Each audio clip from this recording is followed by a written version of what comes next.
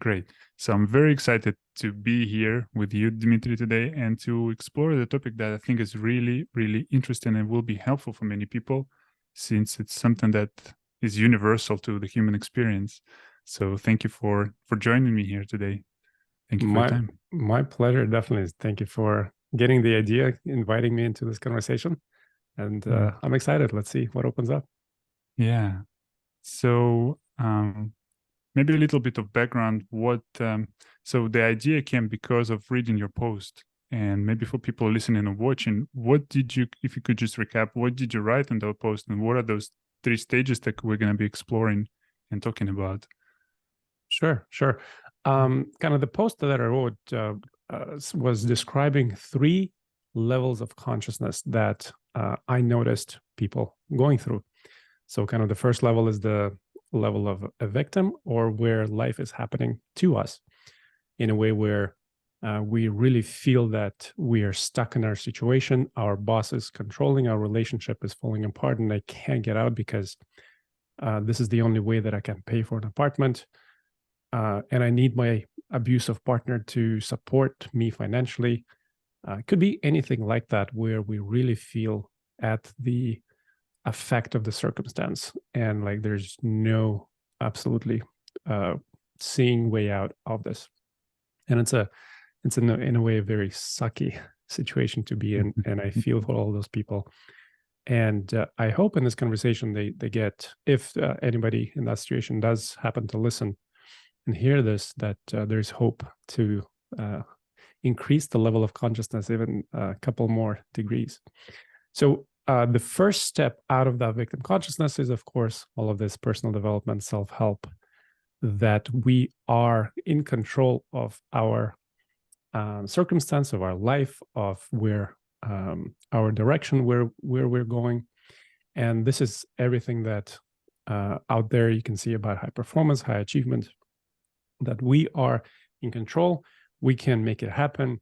Whatever our circumstance is, we did it in a way, not in a way to disempower ourselves, but that, hey, mistakes happened, okay, but we forget the past. It happened because it happened, and now we can take our future into our hands and let's go and make a difference. And this is when we sign up for the gym on January 1st, and we go there for a month or 2.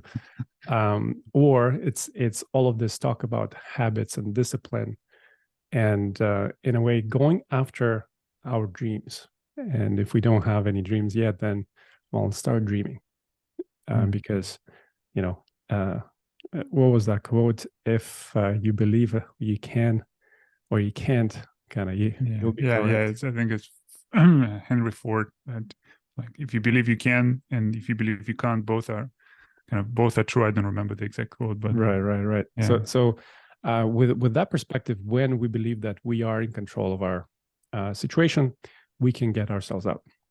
And so this is where I personally got stuck for quite a long time, and I couldn't get out of it, because even though I knew that I was in control, I was trying my hardest.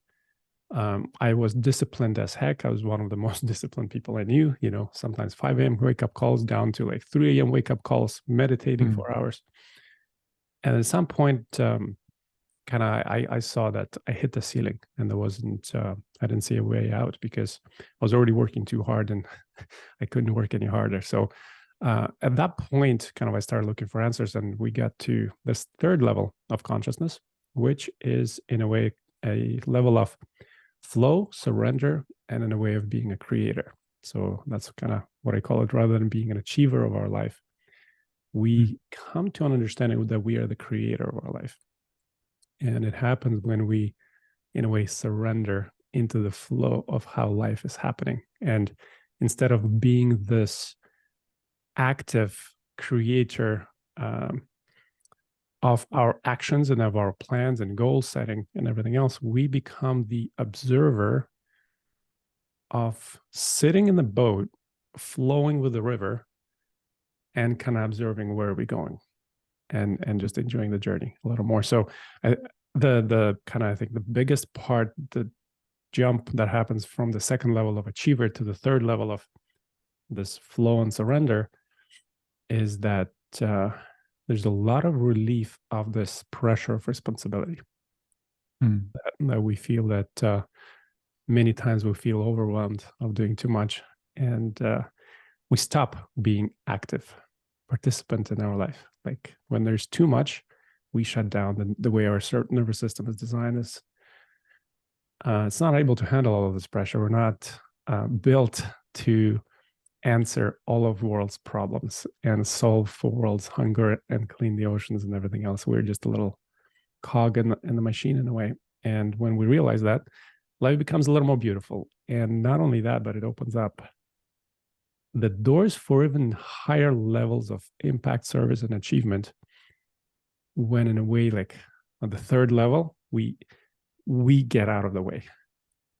So it's like from the first level of victim, we step into our empowerment and we start the machine going.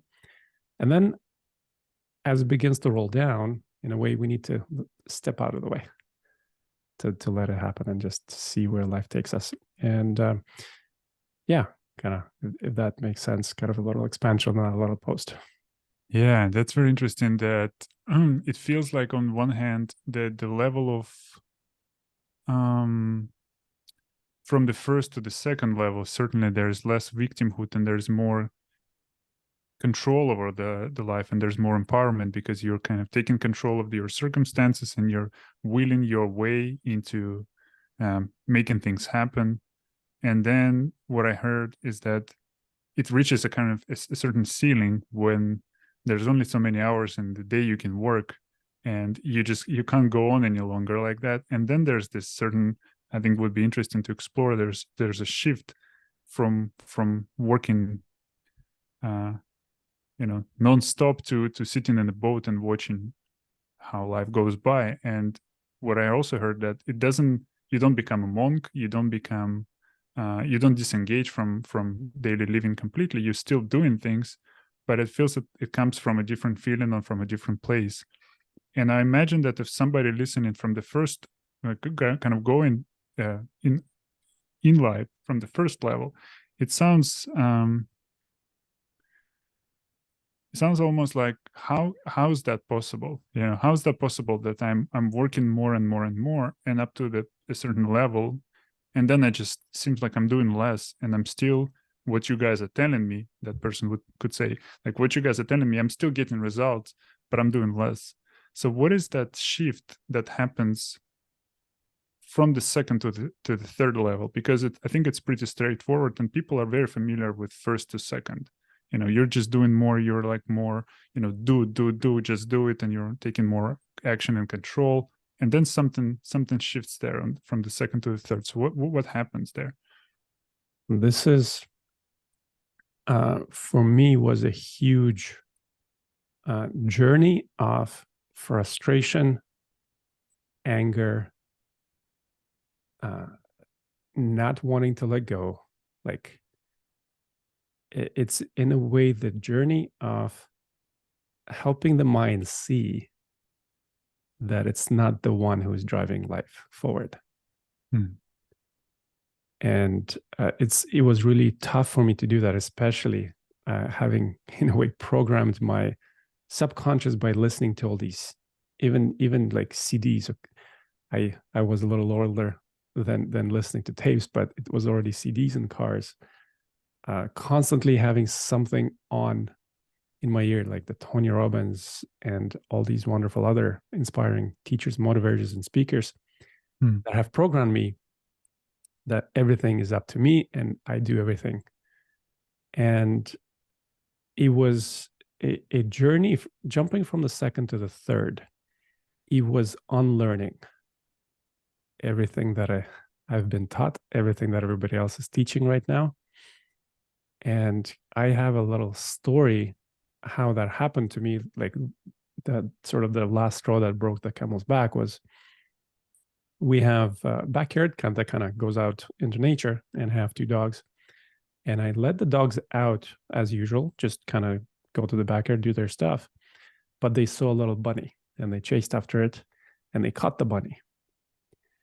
And like I felt anger inside. I'm like, why did I let the dogs out? Why did they run after the bunny?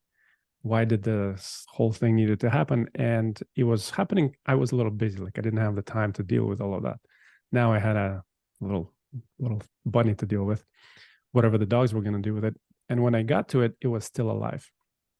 And I was looking at it, and in a way, in some weird way, I even thought or heard it ask me, like, you still think you're in control, do you? And that thought, that little conversation that I had with this thing got my body in a huge reaction of anger, and I couldn't understand it. What was happening was, it was a little bunny. Like I've seen that bunnies before. It was that moment that woke me up, shook me up from thinking that I needed to control not opening the door. I needed to control my dog so they don't chase after the bunny. I needed to control so that the bunny isn't there. And I needed to control so that the bunny doesn't pass out after my dog gets it. And it's like all of these 5 things, they just happened. And my mind was trying to think that it was either my fault, that I needed to have controlled the circumstance, I needed to have seen it all happen.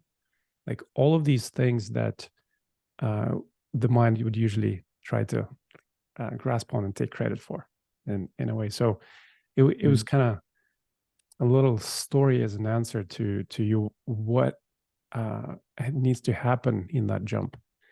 And it is helping the mind understand that it didn't choose this body. It didn't choose your parents. It didn't choose your interests or talents. That in a way, it's a conversation of destiny versus free will.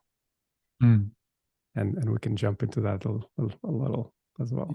Yeah, that would be very interesting, because really when you see that so many circumstances are already given, that you see that even just from what you said, I think a person can see that how much less free will there is actually, because of the parents and the talents and the personalities and really chosen by us consciously. Then what are we, how much free will we actually have? But maybe before we go into that, I wanted to ask, so I see that the person, so I hear that, in a way you said you had to unlearn a lot of what you learned going from stage 1 to stage 2.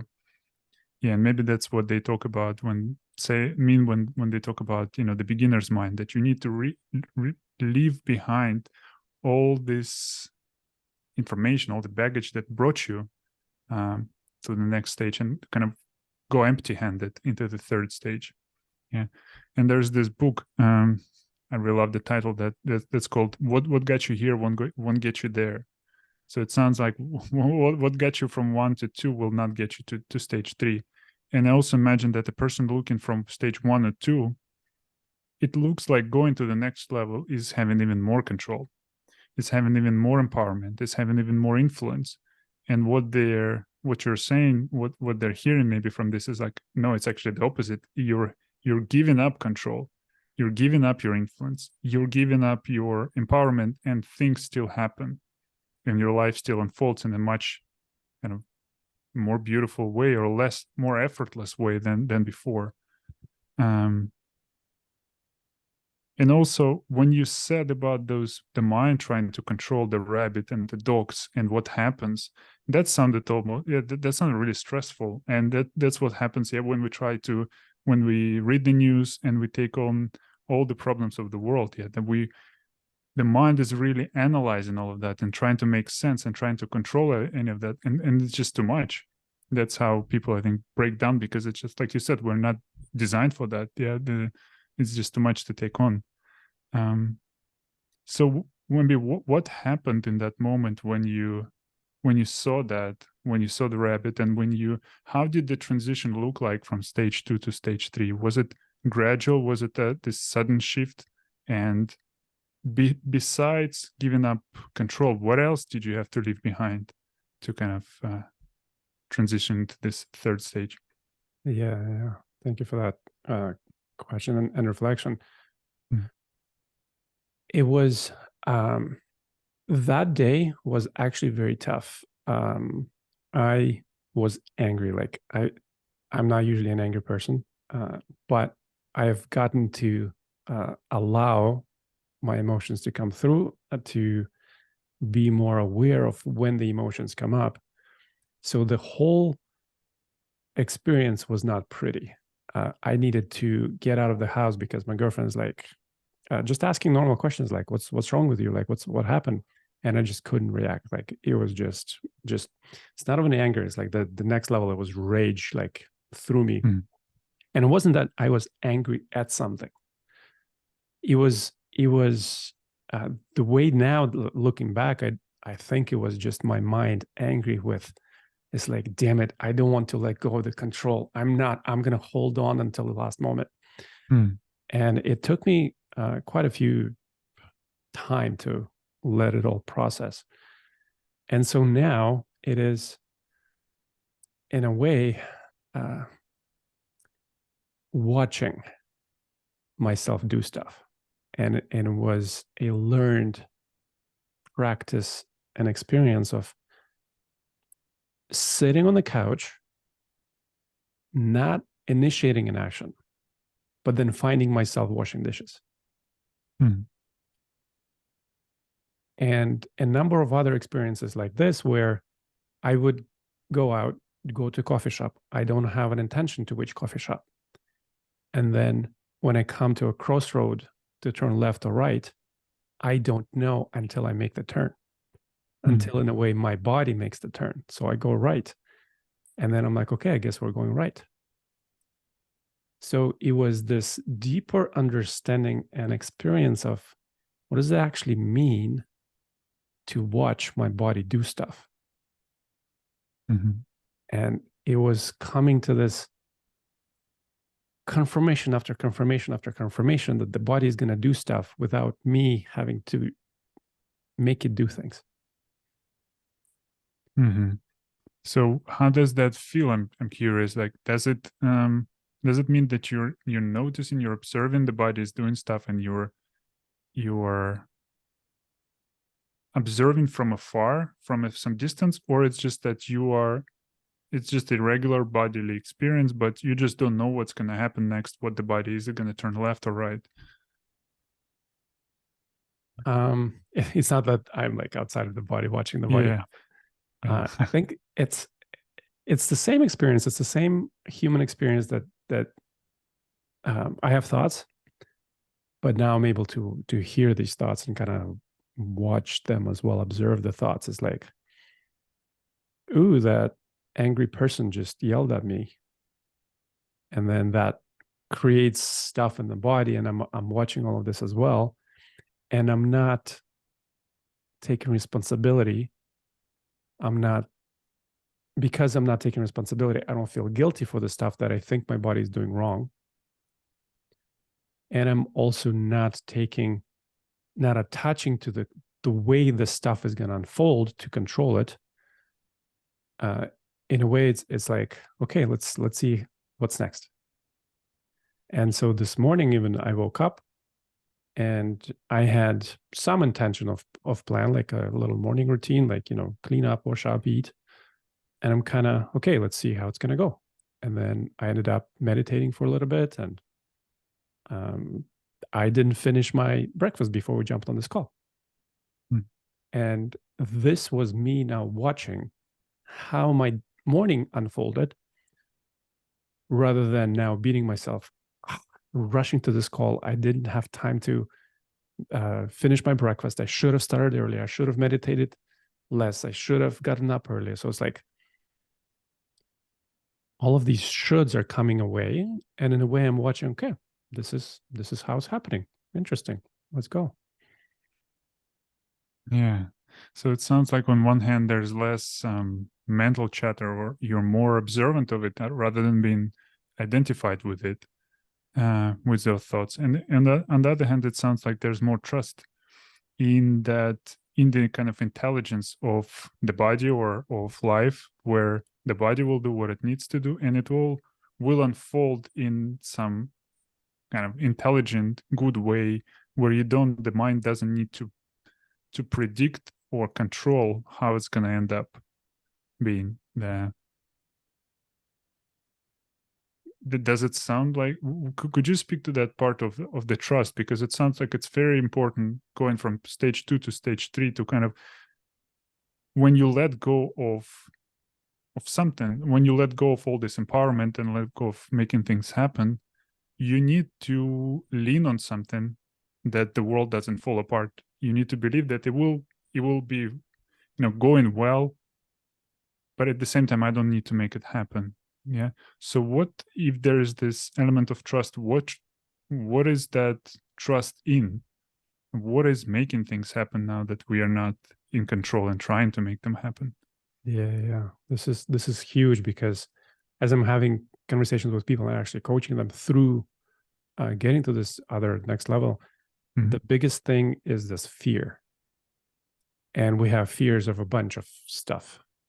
Fear of rejection, fear of running out of money, fear of, like, especially for high achievers, the main fear that I see is that if I'm going to sit on the couch and not do anything, then nothing's going to happen in my life.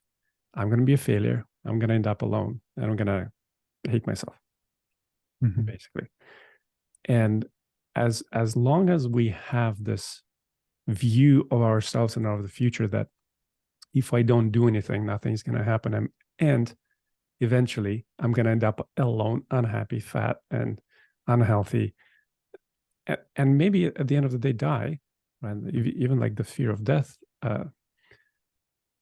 The mind is a tool to help us be safe. So as long as we have these fears as very active, even in our subconscious, if we never looked at these fears, especially when we watch the news and everything that's happening in the world, all of that is subconsciously programming our system to be on the lookout for threats.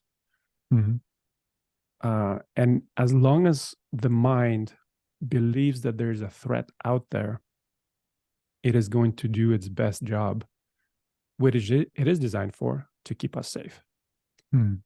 And in order for it to keep us safe, it's going to take control and not want to let go of control, because what's going to happen then? Well, then we're going to die.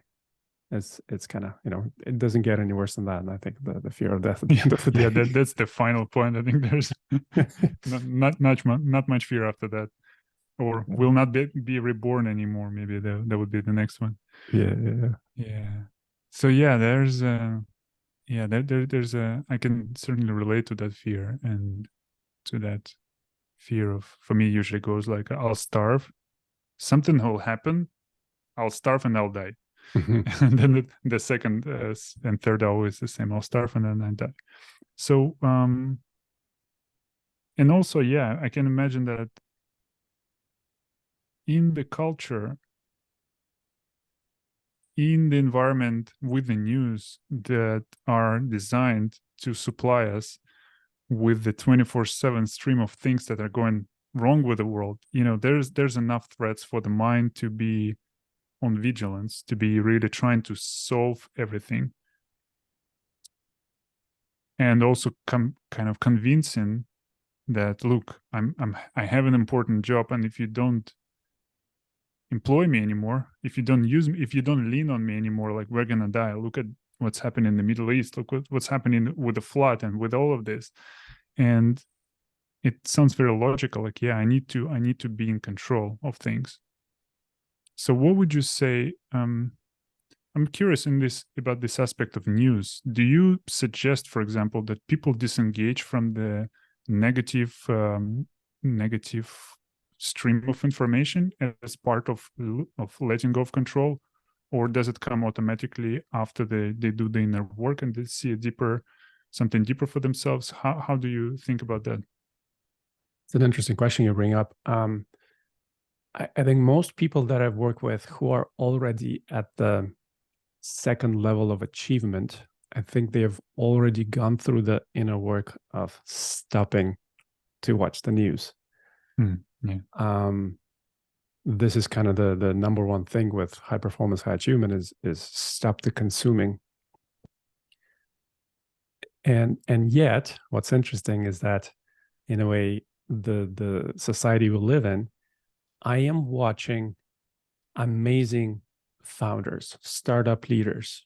They are really breaking through technological innovations. Like they're on the edge of creating new things, employing a lot of people. And then the stuff that happened in Israel right now with the war, now they're glued to the TV. Now they're glued to the news on their phones. Now they're posting on social media about all of the bad stuff. So in a way, what happened in society out there caught their mind's attention. There's a threat. Now, instead of being creative and pushing humanity forward, all of that creative juice and energy has gone into the fear and safety and protection. Yeah. So in a way, they kind of they backstep into the second level just by the fact of paying attention to the potential threats and the mind being activated and the mind really trying to protect them, solve all those problems somewhere. And it's kind of, it sounds very logical, when there's a problem, when it sounds, recently somebody told me that it's the same mechanism that we're afraid of a tiger before, when we're living in the caves and in the jungles, and being afraid of a dislike on social media now. Like it's the same physiology in the body. And so it feels the same, that, the threat of a tiger and the news about the Middle East, even though it's happening so far away and has no relation to the person who is watching the news.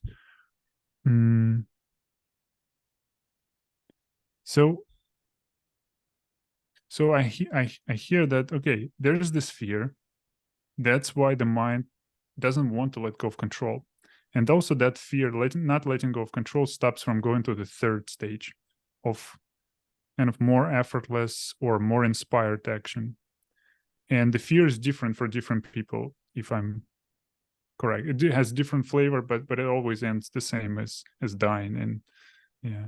And so how do you help them to go from stage 2 to stage 3? Is it working with their own flavor of fear, or how does that look like when somebody says, okay, so let's say somebody comes to you and they've really they're really proud of the path they've taken and the achievement they've created from stage 1 to stage 2, but they're also feeling that there's more to that and they're very stressed.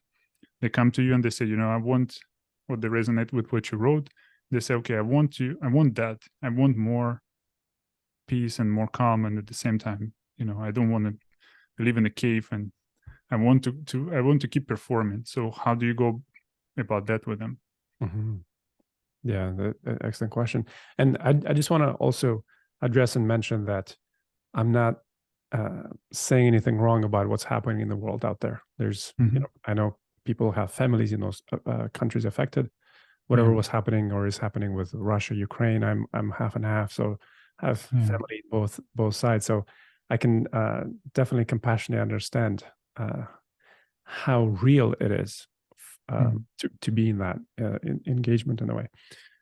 So kind of there's nothing wrong that people are doing all of this stuff.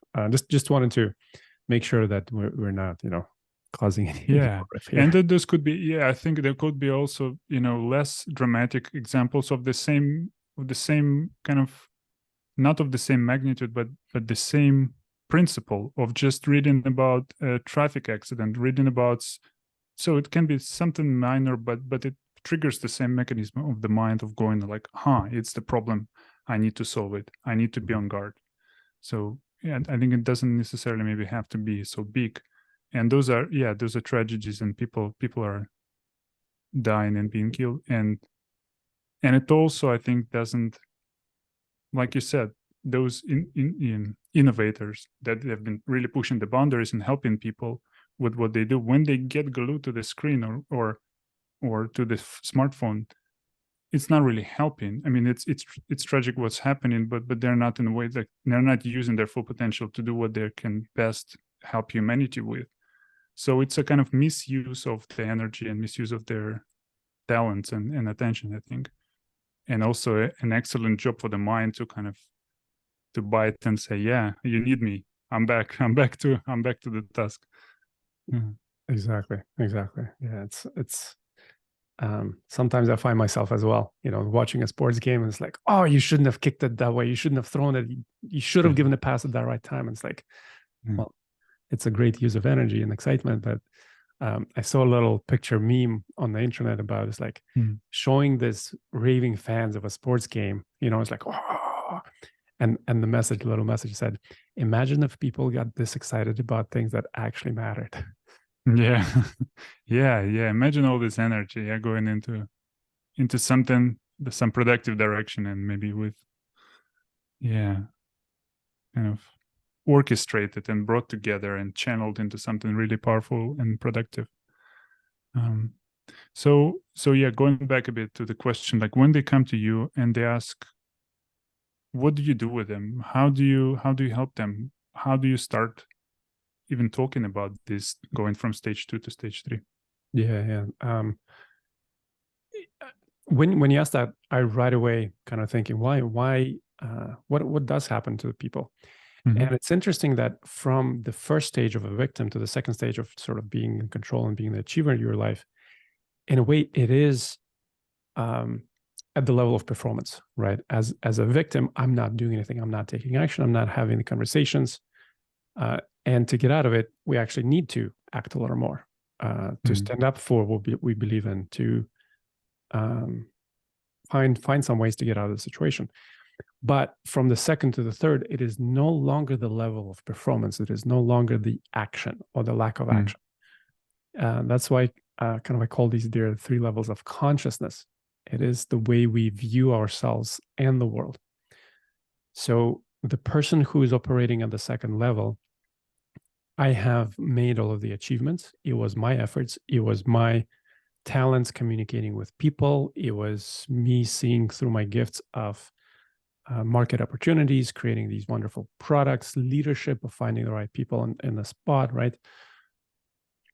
To make that shift, it's the huge ego kick that it was none of your doing.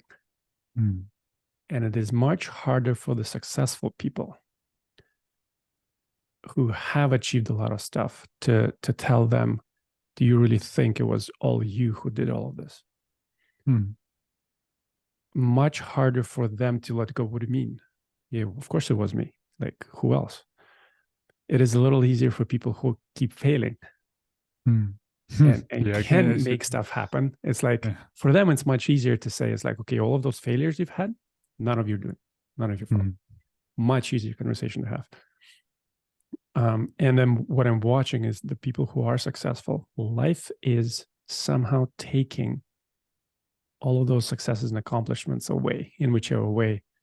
The market changes, the company job changes, and they're losing all of the achievements that they had. So money somehow goes, relationship, marriage disappears, their status and their position disappear. Now they're open to that conversation a little more. To say it's like, now we're gaining to the, in a way, uncomfortable negative part for the mind to say, well, damn, like all of this bad stuff is happening. Now there's opportunity for this type of conversation to come in. It's like, look, if all of this bad stuff is happening, even though you are still operating at your best, wouldn't that mean that this is none of your doing? And if this is none of your doing, then what about the previous successes? Could they also be none of your doing? And so here we differentiate a little bit of who is doing all of this stuff and how all of this is happening. So to address kind of there's a little pathway that we do is one, we decondition the mind from all of the rules that we have been conditioned in the world, right? It's like people who are born in the East, people born in Japan. There's a certain hierarchy of honor and responsibility and kind of valuing society at a very high level. People in the East, it's more of all of the success and the money and self-worth in a way that my life has meaning when I succeed, when I perform, when I achieve. So we kind of crumble those beliefs down a little bit. And then we get to the emotional fears. Of course, kind of the fear of death even. And I was going to bring up the, was it the Seinfeld joke that they actually say people are more afraid of public speaking than of death? Yeah, I heard those. They always fascinated me. It's like, yeah, so many people said that. Yeah. Because you're dead, that's fine. But when you're speaking, you still got to do something on stage. You're still going to perform before you die. It's kind of a death by 1,000 paper cuts on stage. Yeah. And so we got to look at all of those. And the best way to look at it, right? If we are inherently afraid of death, that means we are totally identified with this mind, body, meat suit in a way that when this dies, then I die. And so here we open up the conversation. One, we can stay at this level that I am this meat suit, and when I die, I die, and we can have the conversations like, well, you're gonna die anyway. Everybody dies in that way. Why are we gonna not continue on living when everybody's gonna die? So like, what's the point of being afraid of that? But beyond that, we get into the conversation and who are we really? And I love doing this little exercise. It's like, well, who are we?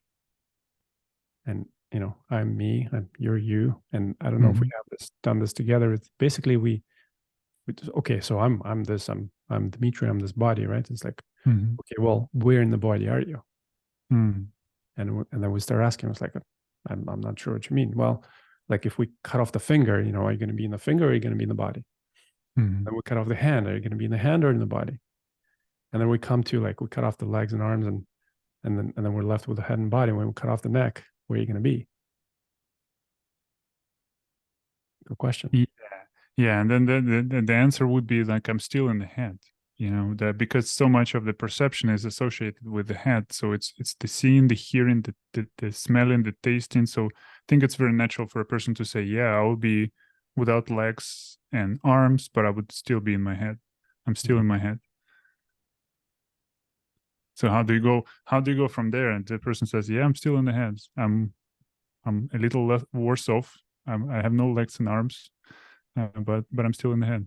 Okay, cool. So then we go then in the head, then probably in the brain, right? Because kind of if we start taking the head apart, it's like, well, we can take everything. We can just have the brain.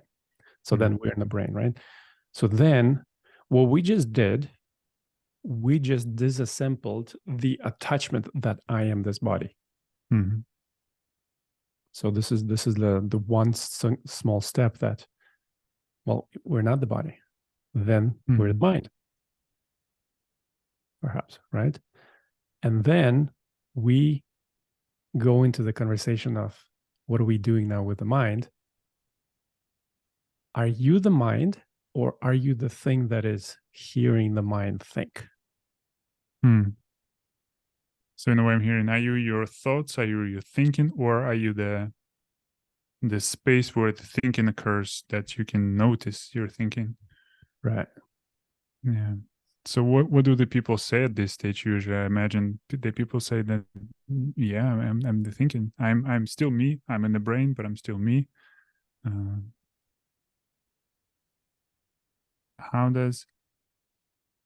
How would you go with somebody who is still identified with the contents of the thinking, so who still thinks that they are the thoughts? What is that step to help them see that perhaps they're a bit more than that. Mhm. They're not just the thoughts. Very logical, practical conversation, which is also a way that we need to unlearn that, right? The high performance achiever industry is telling us, change your thinking, change your life, right? That means that we can control the thoughts. And then we just do a little psychological trick. Don't think about the red elephant. Don't think about the red elephant. Don't even think about the red elephant. Don't even try to. Okay, what are you doing? There's a red elephant appearing. Yeah. Right? And so what is happening? Why can't you control your thoughts?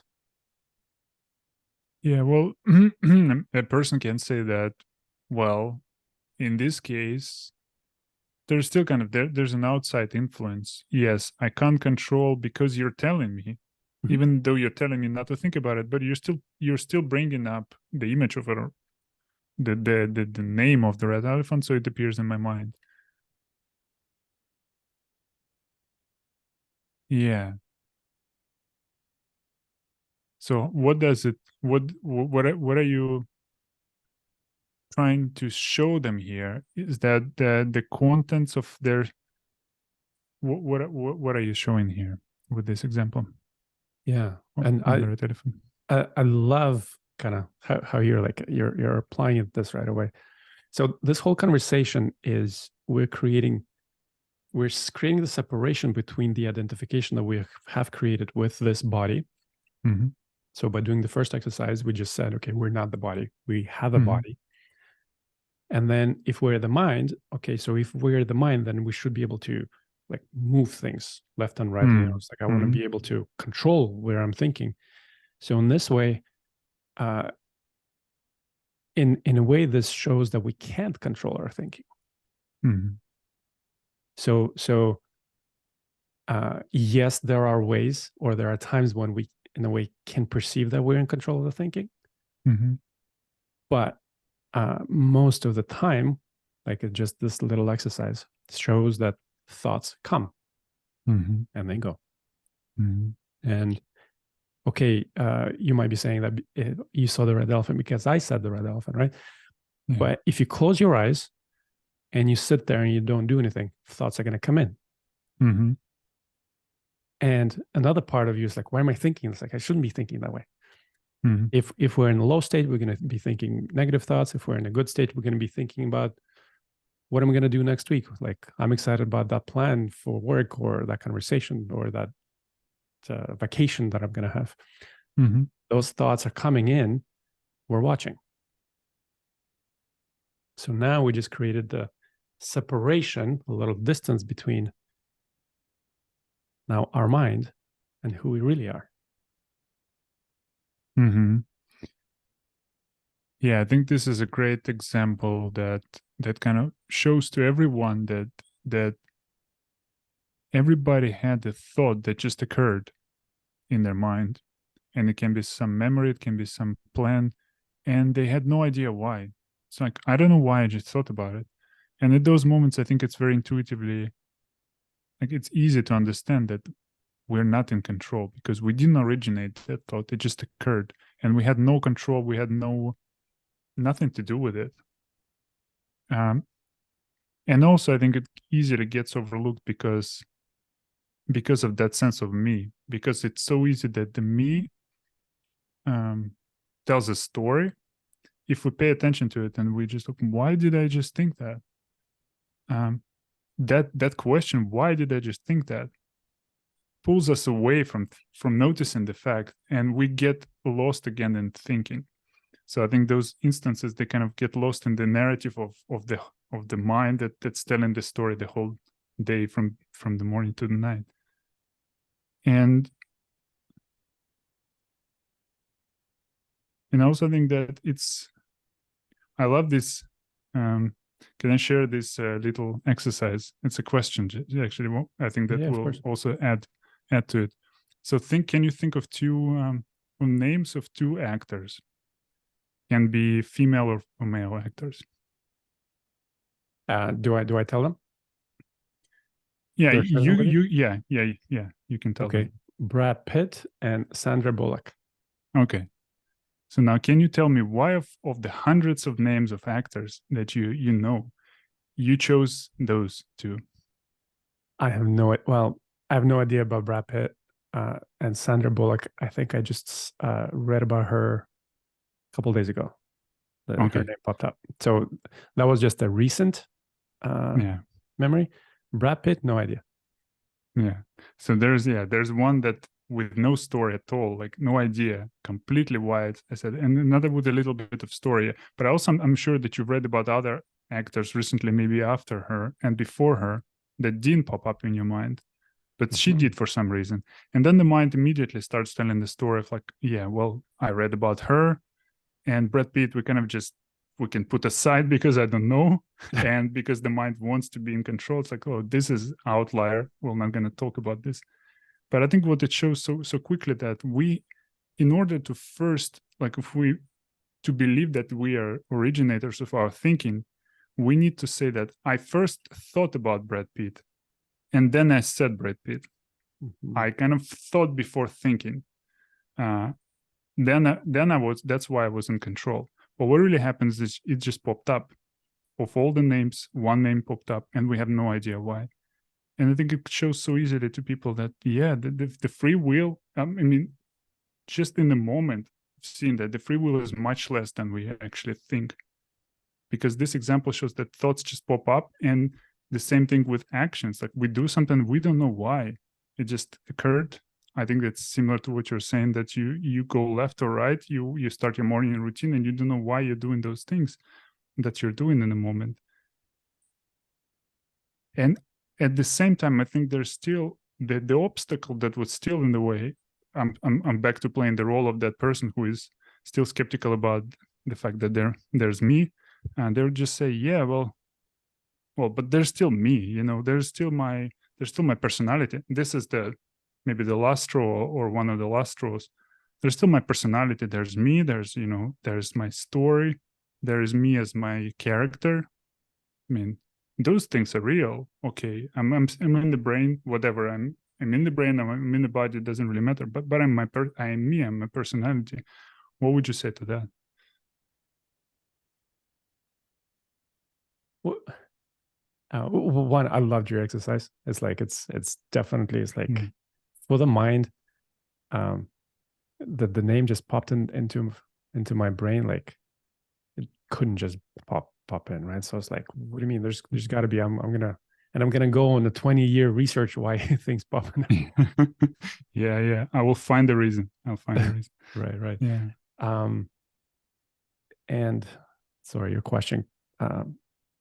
Yeah, what would you say to that person who still thinks that they're the personality, they're the story, the past memory, the preferences, all of those? Yeah. One thing right away is like, if people are skeptic and they're looking for proof, this is not the conversation.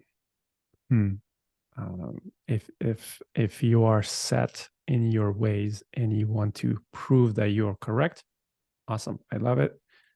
I would love to hear your story. I listen to people's stories every day. I love to know how people view themselves in the world. And I'm not here to prove anything to anybody.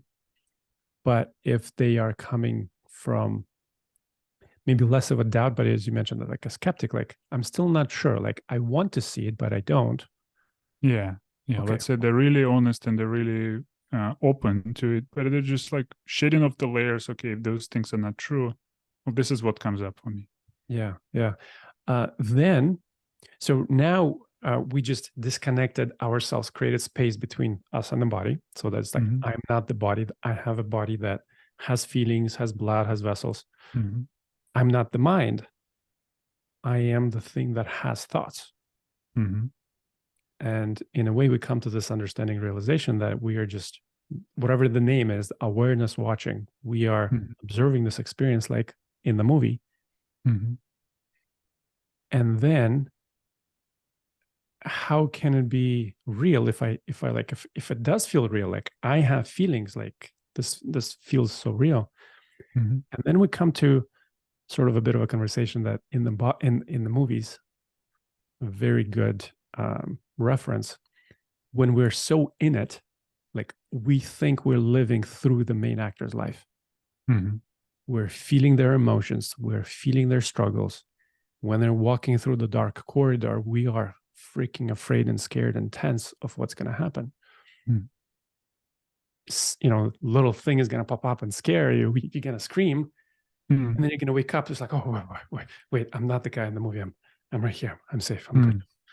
Oh, okay. And so then we get to play this game. It's like, okay, I am awareness, and I am identified as this mind and body.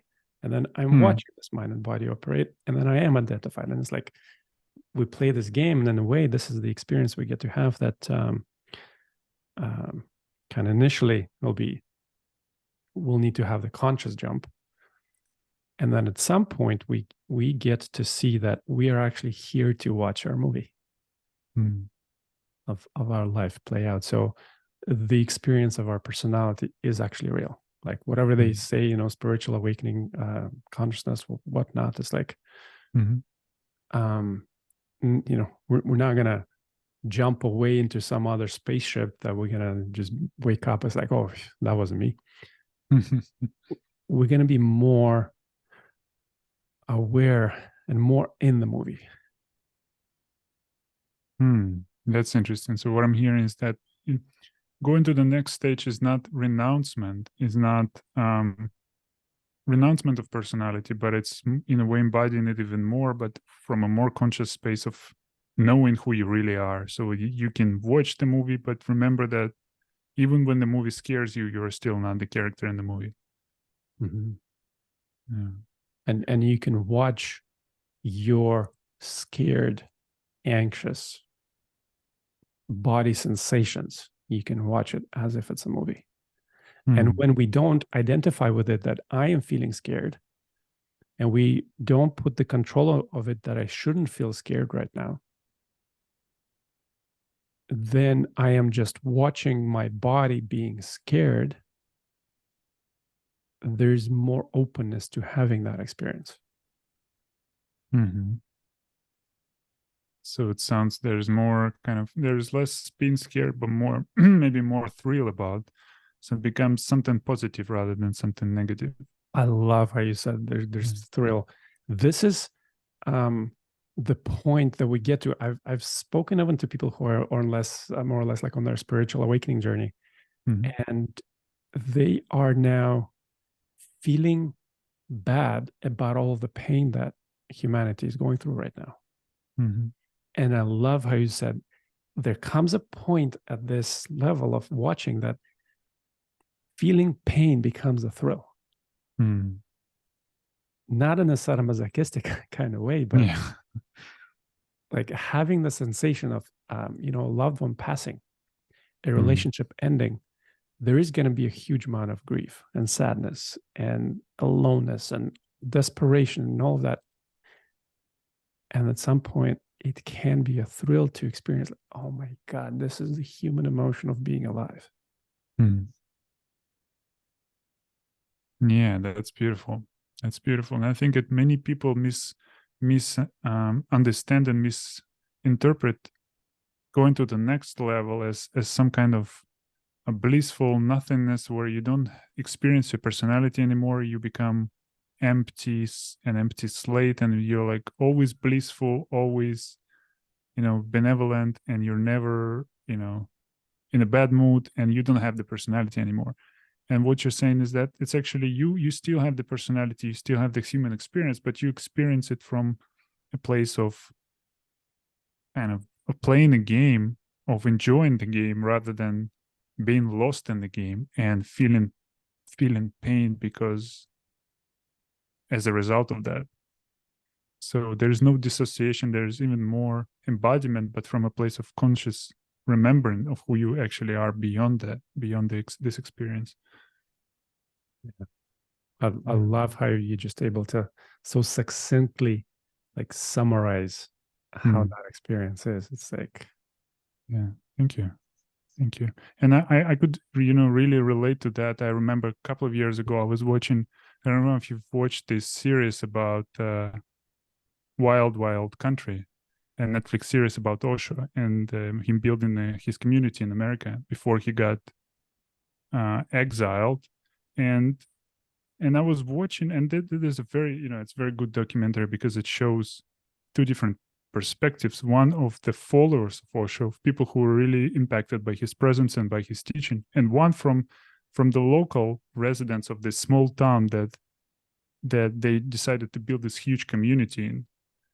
And those local residents, they had a completely different, they thought there was a cult there. They thought those people were crazy. And also watching Osho, it made me, I was really baffled because I even reached out. I was working with a coach at the time, Antti, and I reached out to him and I said, can we have a conversation before our next session? Because I'm really baffled. Like, I don't understand this Osho. He seemed so enlightened. And then at the same time, he has completely human qualities of being, egocentric and of like having anger. And there was this woman who left his community, having anger and being really like pissed off with her. It's like, how can it be? I can't really reconcile the two. And he said, just being enlightened doesn't mean that you don't have the personality. You still have the same package of being who you are. It's like, I mean, it's like looking out through the window. The window is cleaner, but it's the same view outside. So it doesn't negate all these personal qualities that people have. And I think for many people, it can be a relief to know that they will not become a saint, and they will have to renounce all their family and friends and become somebody completely different. It's just you're yourself even more fully, actually, but you're enjoying it more. That's what I'm hearing. Like you're more thrilled, you're more enjoying it. There's less pain, there's less suffering, because you're not so identified with the character and with the thinking as well. Mm-hmm. Yeah, definitely. That. Yeah. And when we remove the fears and we get to see that we're here to just observe what's happening next, in a way that comes the question is like, well, how do I live my life then?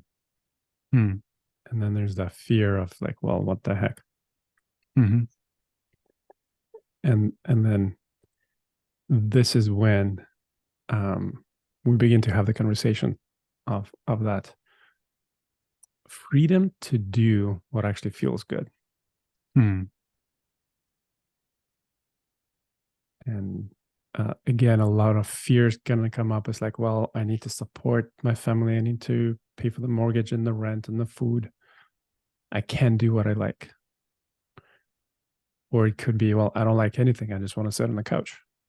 Well, if you worked for 2 decades doing the job you hate, you've overworked your body and you haven't listened to your energy levels, your body's going to want to sit and not do anything for quite some time. And you shared this personal experience with me. And when we talked about this sitting on the couch, you said that you had this experience when you sat on the couch, actually, for a while. Yeah. And could you speak to that? Because I think for many people that they would equate that with many different things like defeat or passivity, which I think for a person going from 1 to 2, stage 1 to 2, passivity is something to be avoided at all costs, because they remember how it was at stage 1. It was something that really caused a lot of pain because you're passive, like things happen to you. So, and now you're passive again, you're sitting on the couch, like how can this be good for me? So can you say what happened to you when you sat on the couch, and what stopped you sitting on the couch, or what changed that you stopped sitting on the couch? Yeah, beautiful question. Looking back at it and also trying to connect between what's the difference between sitting on the couch and being a couch potato. And I know for high achievers, it's the biggest fear to be called a lazy bum. Because we've shared this before, that is just at some point in our childhood, we were given validation when we performed, and now we innocently, subconsciously made it mean something about us, that we only have value and worth in the world when we are doing something, when we're performing. And so this feels great when we're actually doing something, we're moving our businesses and projects forward. And it feels like crap when we're on vacation, trying to spend time with our family, and we just can't because it doesn't feel good, because it's not productive. So like it's definitely what you shared there is a huge thing. So seeing it from the high achiever level, not from the victim. From the victim, when we are sitting on the couch, how I see it is we are resisting and fearing action. In a way, there's like a resistance of it. At the high achiever level, now we learn to resist sitting. Yeah, we forgot how it felt to sit on stage 1, and now we need to remember that again. Right, and all of those fears are coming from just this misconstrued understanding of who we are in the world, what the world is. Because the mind has taken responsibility for moving the world, right? It's like if I'm not going to get up today, the sun is not going to get up. We go to that level of taking responsibility for the world that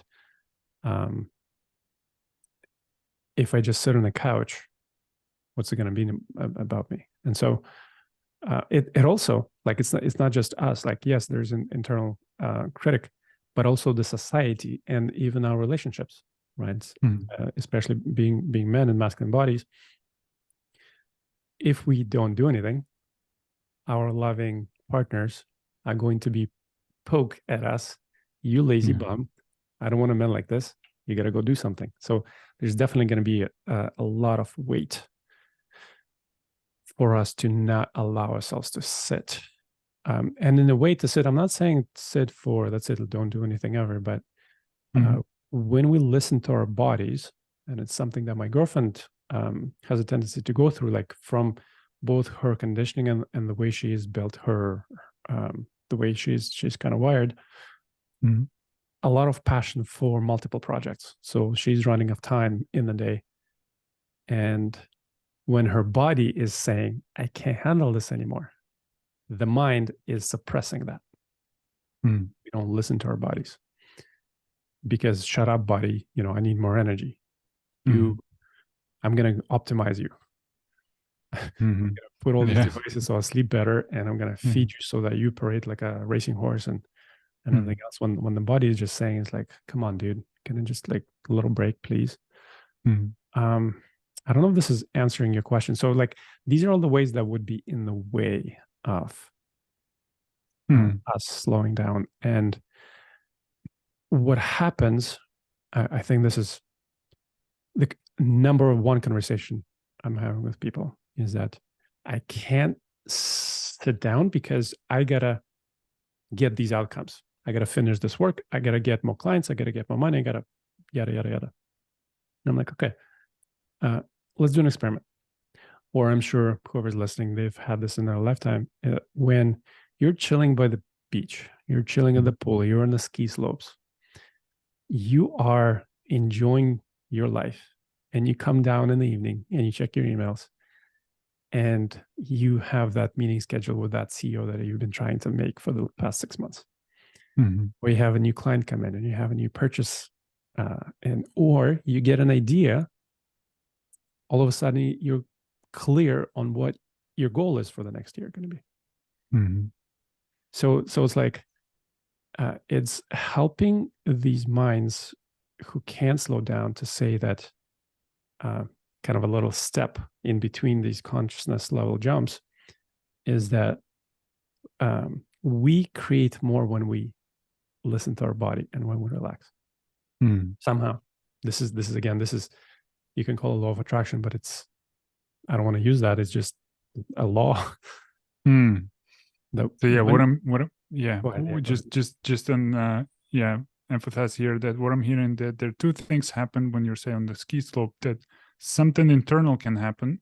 Person can say internal, an idea comes that really proves profitable, and that wouldn't have happened if you're had been working, I don't know, in the office as you usually were, but because you're having fun and enjoying life, it came to you. And also, are you saying that something external can happen, such as, you know, somebody ordering from you, or you getting this CEO reaching back to you? Is that also a result of having fun and being in that state of flow and enjoyment of life? I haven't spoken with any one person just yet who didn't experience this already in their life, where they're not doing anything and wonderful things come. I haven't spoken to one person yet. Maybe like at the victim consciousness, we're just a little blocking those experiences. Like the mind is not letting us to remember those good memories. But this happens to everybody. Describe it as you want: love, manifestation, attraction, whatever you want. But this is what happens. And when we understand that this is what's happening, it will give us a reason, an excuse to then, okay, I can actually do what my body wants. So again, it feels that there is, that's interesting. I think it's quite a powerful testimonial to that not a single person you've spoken to had not had this happen to them. And it's also, it speaks to trust again. I think that you can noticing that you can kind of trust in letting go of control a bit more again. So we're coming to letting go of control from a bit different angle this time, that good things will happen if you let go of control. Not only will not life fall apart, but actually good things will happen. And the person looks back in their life and they notice that, yeah, I had this experience in the past when it already was true for me. So it gives more credibility and makes it easier to cede of control. It's like, already, I have the proof already. So maybe it's going to be true in the future as well.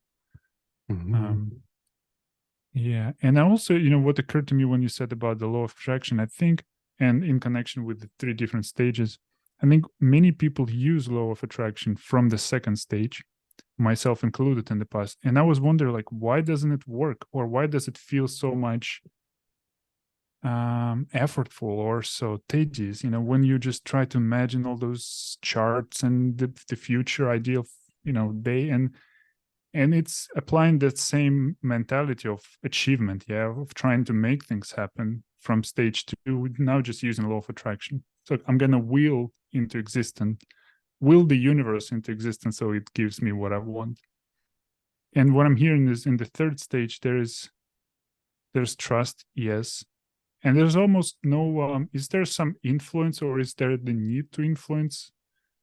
Is there the universe so it gives you what I want, or, you know, or is there a need to apply the law of attraction? Or the more you seed of control, the more those good things start to appear without you actually having to practice or do anything consciously? Such a packed question. I love the level of depth we're going here. I think it's just many people have this experience. You know, law of attraction is just so common, and just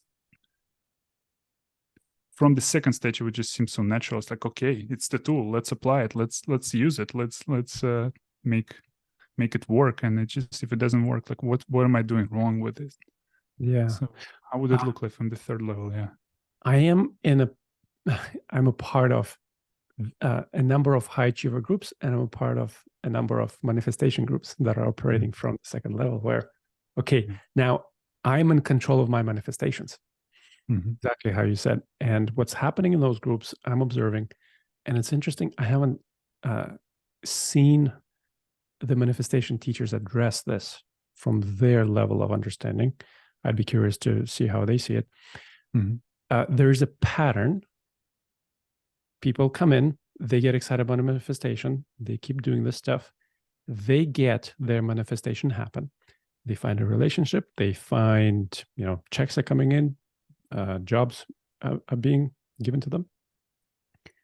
Within months, 2-3 months, they're back down. Like, relationship ends up in explosion and fires. The work, either they hate it, or there's a new boss that comes in, or a new project that is just like burning them out, or basically something happens with that good manifestation that slaps them upside the head. Mm-hmm. And this is what's happening at the second level from everything that I've learned about the slow manifestations, that because when we're creating it from the level of a mind, the mind comes from the world of polarity. There's the good and the bad. So I only want the good. But the law of manifestation is when we create the good, there's automatically the same bad that is already created. So when we're doing that, we're also creating the bad. But when we look at it from the higher level perspective, is when we haven't risen to the higher level of consciousness, I want a relationship so that I am feeling loved. So at that level, the mind is like, okay, I want a relationship. Here's the relationship. You are in the relationship, and the person doesn't message you back within 2 hours that you expect them to. What do? You feel not loved. When you feel not loved, you're going to yell at the person. You're going to treat them, maybe even subconsciously, to all kinds of experiences. They're going to chase the person away. So now you're back without the person, and you're not loved again. So, but is it really the bad thing that's happening? So kind of this is now answering to the questions, like at the higher level, when do you see the good things coming? When you see that this bad thing, that you lost the relationship again, and you're feeling not loved, this is actually an opportunity now to go within, to raise the consciousness, to understand that your love is not coming from the other person. You're not loving yourself. Nobody out there is going to love you.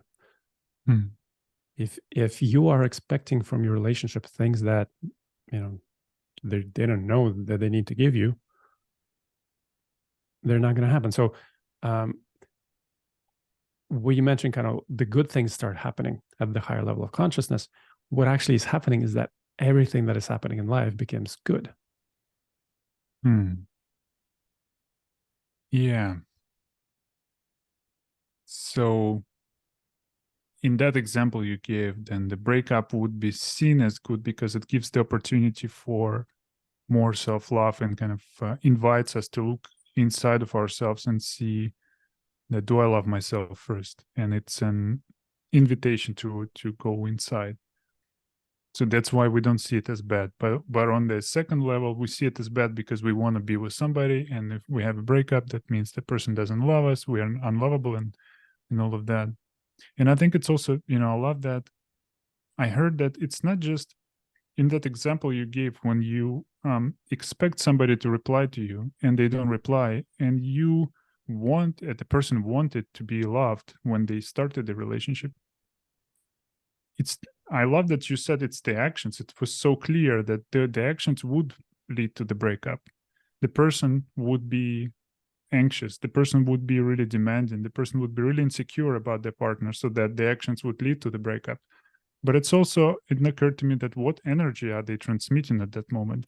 They're transmitting the not lovable, like the being not lovable or being not loved, because they're still afraid, because there's still this wanting to be loved to come from another person.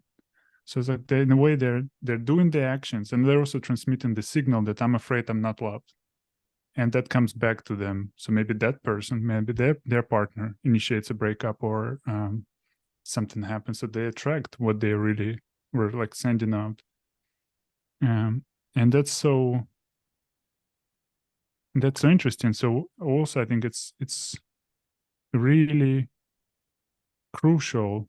The difference, I think, between level 2 and level 3 I hear is that you really find what you're seeking inside of you.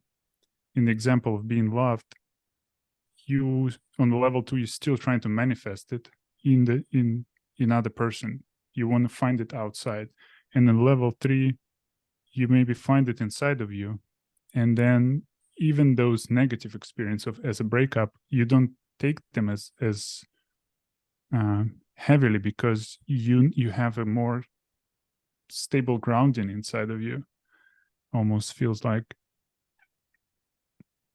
And that kind of explains to me, why I've read so many books on the law of attraction, and every time it just felt like you explained it. I was going back, like it was working, and I was going back. It was working, I was going back, and that was, now I see it as a mechanism of actually self-protection or invitation to stop looking out and to look inside and to stop chasing things out. And in a way, it's just so beautiful because it serves us. Because otherwise, what would happen? We would just keep manifesting, and we would just keep looking for stuff outside, for love, for abundance, for whatever good feelings we want in the objects or people outside. And we would never look inside. We would never find them because there would be no incentive, because we just could manifest. And it's like a rubber band that you have some results, and then it puts you back. You have some result, and then at some point you start like thinking like, wow, should I maybe look inside, or is there something else? Is there another mechanism that's at play here? So that's been really interesting to hear. Yeah. And kind of, I think at least one last thought on this idea is that on the second, the biggest difference is that on the second level of achievement, I am here, I am lacking, I need to set a goal to get somewhere else where that thing exists that I'm lacking right now. And on the third level, there is nothing for me to manifest. What I have right now is what I have manifested for this particular moment.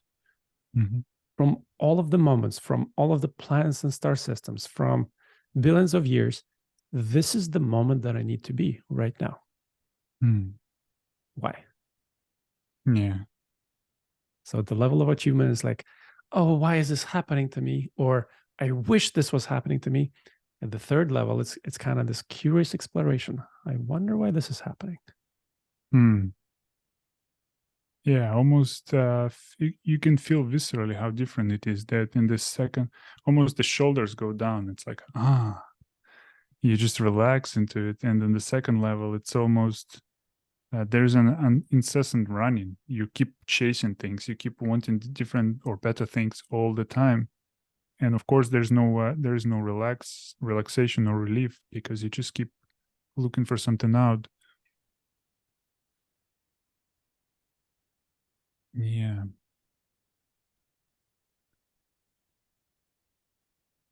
That's beautiful. And I'm wondering, is there something you would recommend to a person who is, so say they listen to this conversation and they want to go from level 2 to level 3. Where would you suggest they start? One of the places, if they don't contact you or don't reach out to you, if they want to do something, how would you suggest they go about it? Because there are different pieces to it. Yeah, there's the lack of free will. They could see that. There is the lack of me, actually, the something that is directing our experience. There's this trust. So where would you suggest they go first?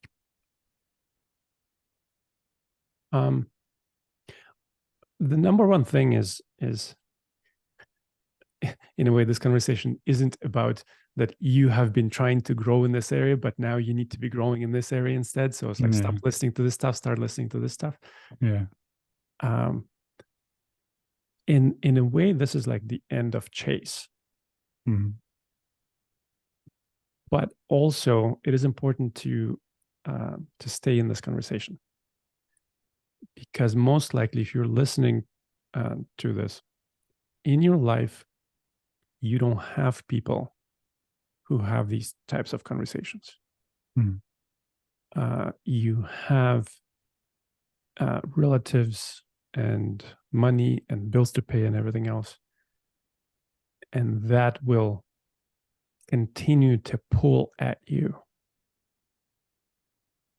So there's, I don't know if there's any better way, but to somehow continue to stay in this conversation.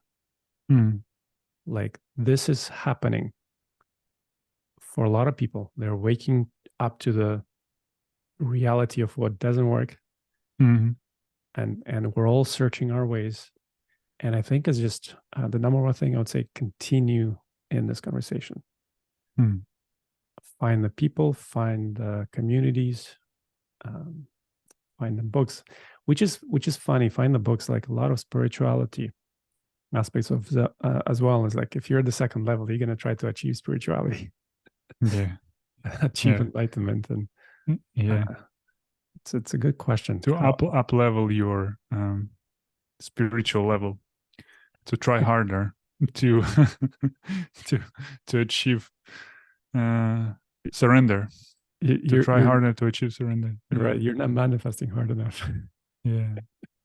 Yeah, and I love that. I love that advice, and I think it's the best one I think you can give. That really stay in this conversation can take different forms to different people. It can be listening to conversations like that. It can be reading books. It can be joining a group. It can be watching videos on YouTube. But what I'm hearing is that keep educating yourself on it.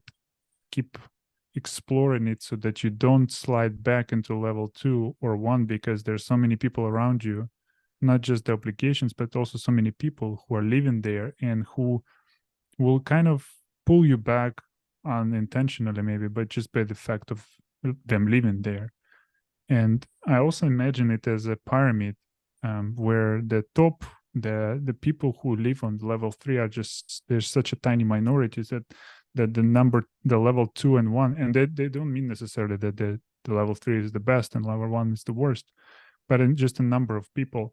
So that number 2 will be just so many, there will be so many more people who live this way, and especially around the high achievers. I think all the friends would be probably high achievers, the colleagues, their bosses, and it will be very easy to slide back into this mentality of trying to make things happen.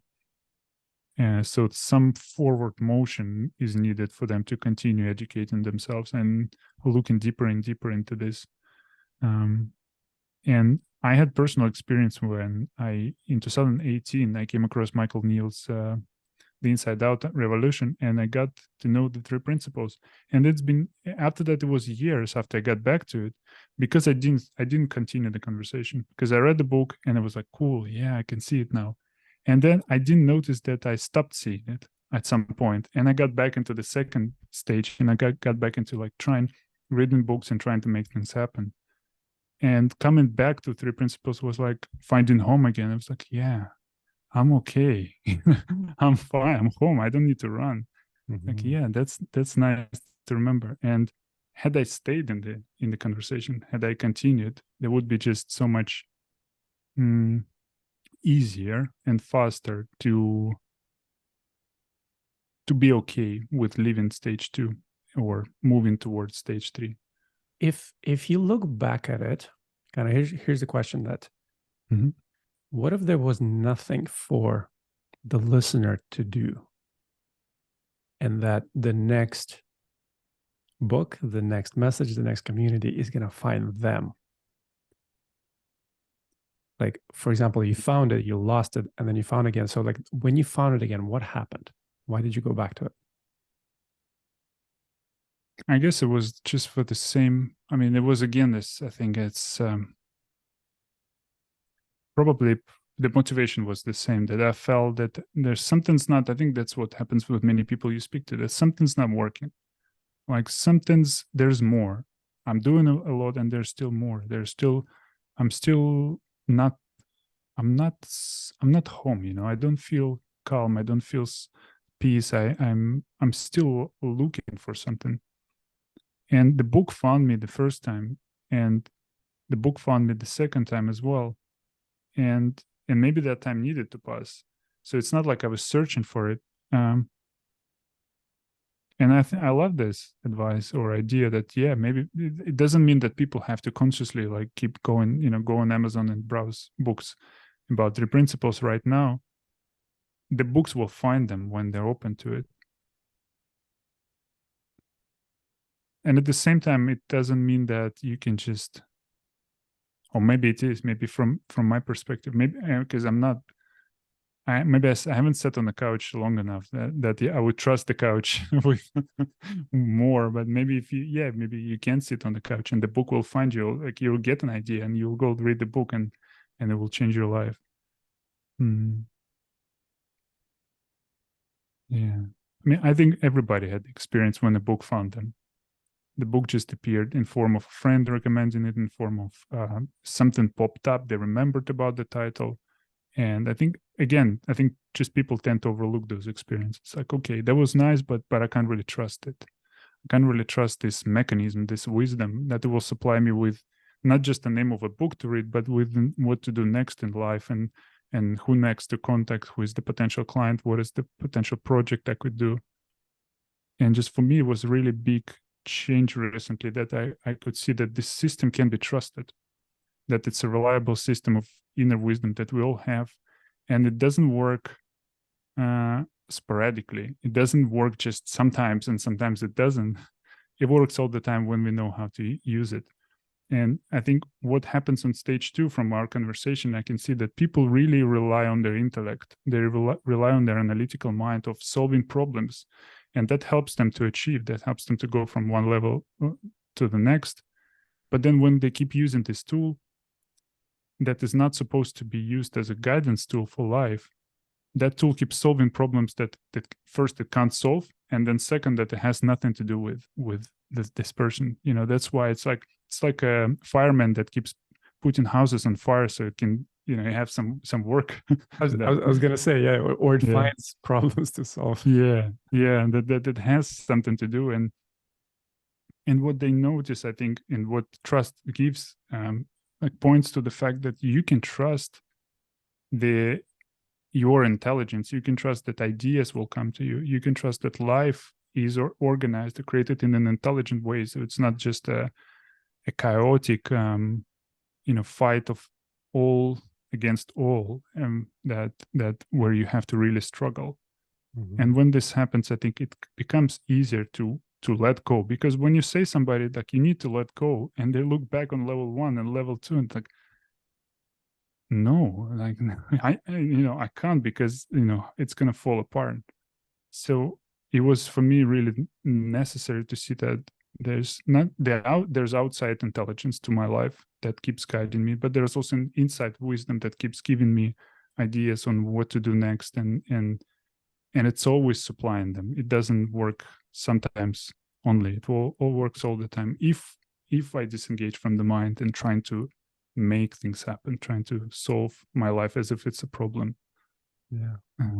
And I love that, like we said in Facebook when we we're commenting, that different ways lead to the same mountaintop, that people can come from many different directions here. Yeah.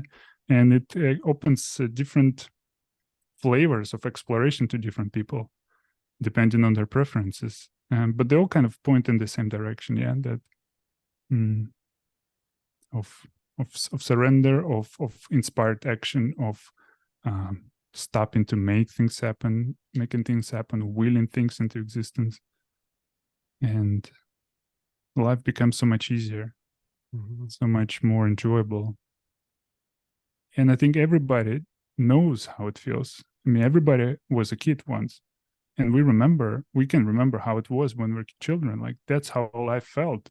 But we always think that, well, that was back then. It will never happen again, because it's only in the childhood it's possible this way, because we didn't have obligations or we were taken care of. But it wasn't because of that. It was because we're using our mind in the way it's supposed to be used. We use analytical mind and we use the free flowing mind, and we don't go like analytical mind is the hammer. We don't go with the hammer everywhere we go. We don't keep pounding like we want to make lunch and we use the hammer. We use it when it needs to be used. And so I think it's very exciting to know that it's accessible to any of us anytime, this kind of ease and flow that we experienced as children. And there are different ways to lead to the same mountaintop. So just keep having this conversation and keep looking into it and keep following the feeling maybe of, that I think everybody has of like, this is the right way. This is the feeling informs that this is the right path. Ooh, and I want to Yeah. emphasize that the feeling informs that this is the right path. Mm. I think in the second stage, we're taught that we're supposed to forget how we feel. We're gonna feel lazy, and we're gonna do it anyway. Mm. We gotta forget about the feeling. We can't be emotional. We have to Mm-hmm. be logical. We have to be stick to the plan. And on this third level, it's the feeling has your truth, has your direction. Yeah, it's interesting also that the relationship with first and second stage with feeling. I think it's also interesting because on the first stage, at least in my when we started exploring this and when I left a comment to your post on Facebook, I came to the same realization, but from a bit different angle of also three stages. And I think what I saw was that the first stage I called it waiting, and you call it, like when we're basically a victim, yeah. But I call it waiting. So we're waiting for things to, we're waiting to feel ready. We're waiting to feel confident. We're ready to feel that we can take action, and we're waiting for the right feeling to arise, for something to shift outside so that we can take action. That's why we feel like we're the victim, because we're waiting so much. And then we discovered that we can take action regardless of how we feel. We don't have to wait for the feeling. I think that's similar to what you said, that you can just disregard the feeling. You can do the thing, and you just, I think that's what people, that's what Nike's slogan speaks about. Just do it. You don't care about how you feel, just do it. And it can be very empowering to just do it, and you just do it, you achieve so many things. And it can be really, it's like a drug. It's intoxicating to keep doing it, and things break down, and as a result of that, the body breaks down, maybe the relationship breaks down. But because of the thrill of achievement, it can be like you can just write it off and keep just doing it. And then the third stage is surrender, yeah,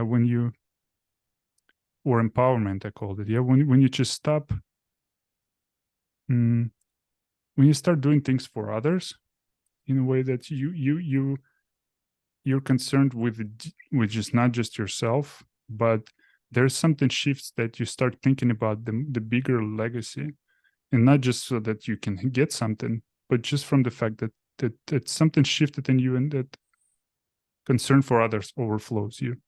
I think that's what happens with leaders like Gandhi, or with the Buddha or Jesus, that they really did things they didn't need anything from other people.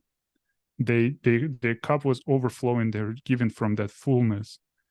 And from the second stage, it may look like they found some amazing motivation inside, or like they found their that source of being in the mood all the time, or like keep being in action. But what they really found was that they stepped back from being in control, yeah, and they become just the vessel of action. They became the action.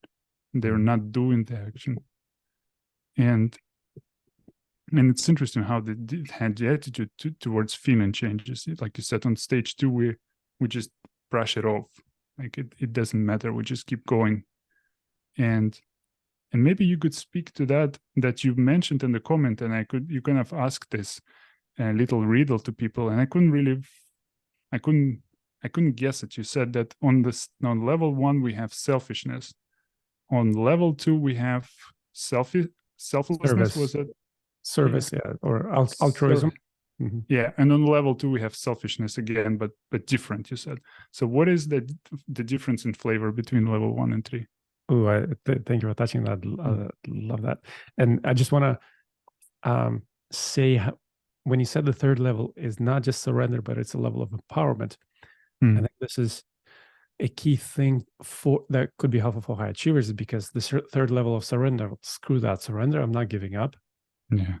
But the way you said it, empowerment, I love, like, just there's a different feeling to it, but it's not the personal empowerment. And this has something to do with the selfishness on the third level. That also kind of something that I heard, it's not that we surrender the control. It is that we surrender to the control that is already there. Hmm. Yeah, Which is that's beautiful. very Yeah. empowering. So I love how you said it's not surrender, it's the empowerment.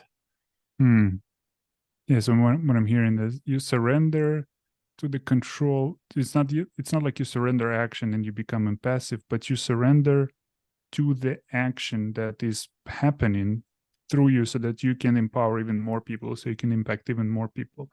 And maybe that would be appealing to people who are high achievers and they're listening to this because they want to impact more people, but they think the only way is to just keep working harder on level 2. But in a way, you will impact so many more people from level 3 because you will be even more empowering, even more impactful, while with less control and willing less things to into existence. When you get out of the way and let life happen, right? But Yeah.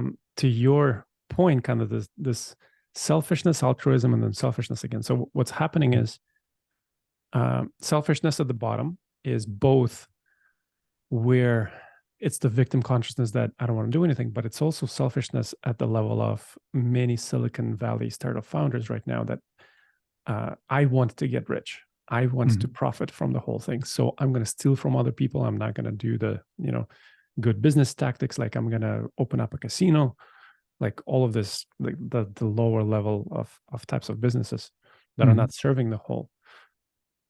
Selfish. Then we get to the level of altruism, where very good word, even Dalai Lama is saying altruism is the top thing of our life. But we get caught because this is such a high value of being altruistic. We then make it mean that I have to give up myself for the service of others. And where we get stuck here on the second level of altruism, I'm part of several groups like this, very well-meaning people and individuals. They want to save the world. They want to make an impact, help other people change their lives and everything else, but at the cost of their own. That means I have to get up at 3 a.m, even though I hate it. That means I have to struggle through a bunch of stuff. I have to forget about my wants. This is, in a way, the big thing with women and young mothers, where they feel guilty to step away from their child because it's their thing they're supposed to take care of. So they put the child on a pedestal that is above them, that, they can't sleep. They have to serve the child. And this is very well received by society, right? It's like, oh my God, you're such an amazing person. You're doing all of this service.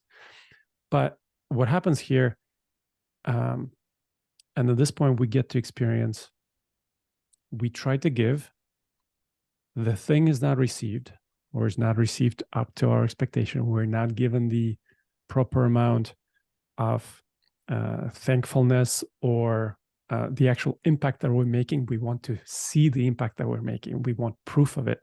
When we don't, because we were giving with an intent to serve others, when we don't receive that result of service, we feel resentful. Why did I have to do that when he didn't need it, when she didn't need it?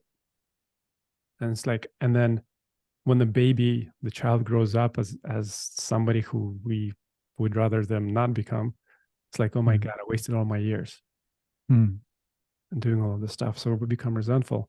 So there's altruism, where others are above me. And what happens here is that oxygen mask theory, where we need to put oxygen mask on us first, because when we are alive, when we have the energies, when we get to shine on the outside, and that's when we serve the most and the best. That's when people receive. So at this third level, this is the third level of selfishness, that I'm actually going to take care of me first so that I serve others. And in a way, kind of, this is the level of oneness per se, right? It's like, if we're all one, then there isn't you or me is better. If I'm serving you, but I'm giving up on me, then I'm not serving me. If I'm serving me, but I'm not serving you, then I'm not serving you. But at this level, whether I'm serving me or serving you, because we're one, I'm taking care of me. I'm being selfish. Yeah, that's beautiful. That's beautiful distinction that I think personally for me was difficult to see.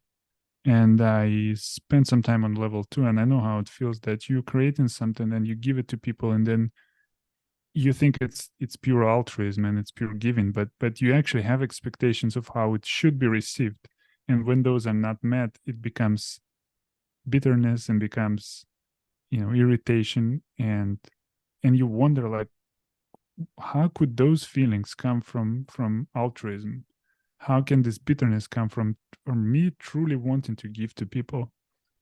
But it was because of expectations. It was because of it has an agenda, yeah, of how how many people it needs to impact, or they will need to thank me. And also I think, everybody knows about the oxygen mask, but on level 3 it becomes so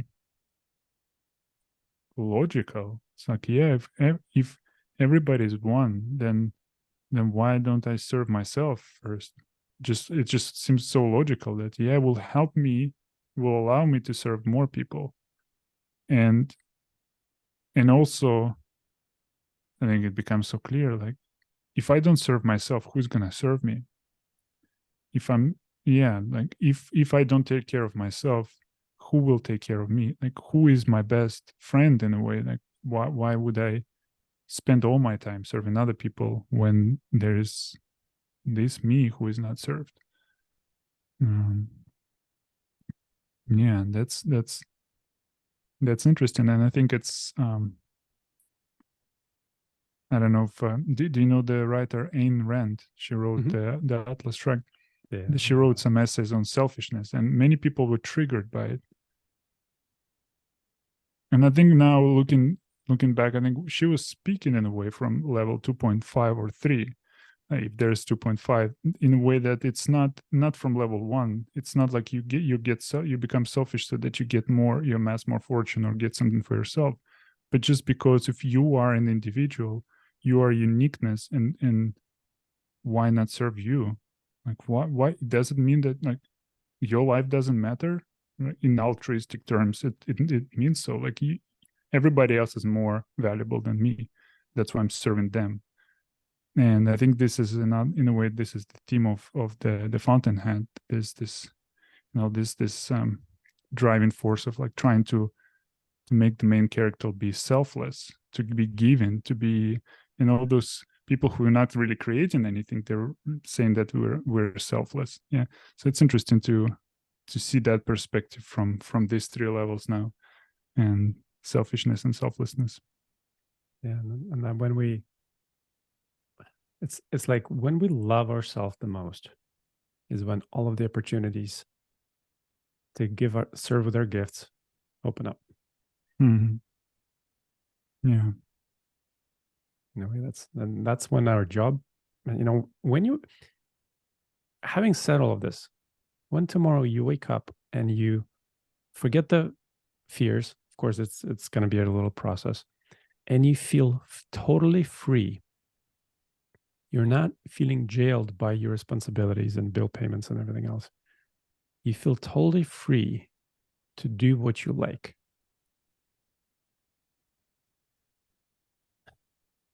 And know that that will serve the most, even your loved ones, even when you're going to tell your families, like, guys, I just need a day off. And you allow yourself that day off, and they come back, and they love you even more for that. And it's like, then there's just that freedom just to be who we are. Like, it's not no longer trying to be who we were taught we should be. But it's like, I am this, and I love doing this. And when everybody's like that, it's like, oh man, there'll be quite a world to live in. Yeah. Well, I think that's a beautiful place to end here, and because from this place of possibility, and how it feels to really live from that place of ease and inspiration and enjoying your life and serving yourself, not just others, and really having fun in your life. So thank you so much, Dmitry, for this conversation. There's so many nuggets of gold. I'm sure people who are listening and watching will find for themselves, and so many practical ideas that I love as well. Not just the theory, but also ideas of how they can go about it and progress from stage to stage. So when people want to have a conversation with you or reach out and continue this discussion, how they can do it? Sure. It's my main website right now, flowhabit.com. And thank you for asking that. And whatever platform that you're hearing this on, if there's a way to place a comment, I'm sure we'll get to see it. And then find us on Facebook, Instagram. Yeah. So we'll put all the links here in the description so people can find it. And I would really encourage somebody listening to this, if they feel moved by it in any way, to reach out and, like you said, continue the conversation. Yeah, continue the conversation in any form and really follow that nudge. Don't wait, don't postpone it, because life passes by quickly, and just keep having this conversation in whatever form feels right to you, whoever's listening.